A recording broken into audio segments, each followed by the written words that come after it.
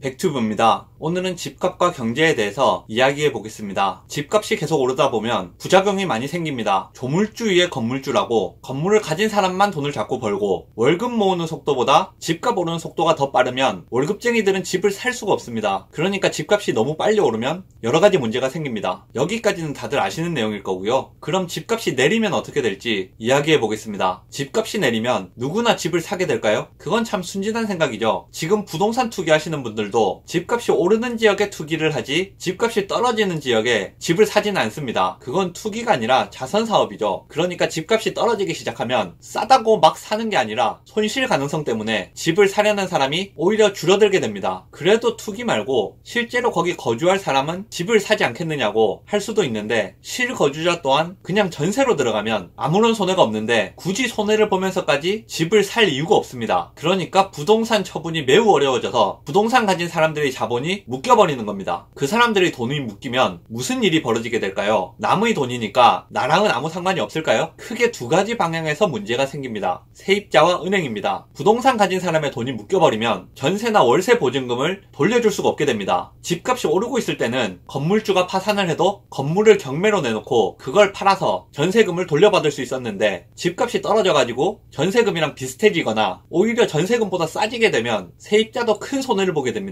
건물을 경매로 내놓더라도 앞서 말한 이유로 사려는 사람이 없어서 더 큰 손해를 보게 됩니다. 은행도 마찬가지입니다. 주택이라는 담보로 돈을 빌려줬는데 빌려준 돈보다 집값이 떨어지면 빌려준 돈을 회수하기가 어려울 겁니다. 물론 은행은 일부 손실 가능성을 염두에 두고 운영을 하기 때문에 한두 집이 이런 경우는 큰 문제가 없습니다. 하지만 넓은 지역이나 전국적으로 집값이 떨어지게 되면 은행이 손실을 감당하지 못하게 되고 도미노처럼 무너지게 됩니다. 그러면 2007년에 있었던 서브프라임 모기지 사태와 비슷한 일이 발생하게 됩니다. 가장 이상적인 케이스는 집값이 적정 수준으로 천천히 일정하게 오르는 경우인데 어느 수준이 적정 수준인지 알기도 어렵고 부동산 가격을 섬세하게 조정하는 것이 사실상 불가능하기 때문에 말 그대로 그건 그냥 이상일 뿐인 것 같습니다. 영상 요약하겠습니다. 집값이 빠르게 올라도 여러가지 문제가 발생합니다만 반대로 떨어지게 된다면 오히려 그보다 더 큰 문제가 발생하게 됩니다.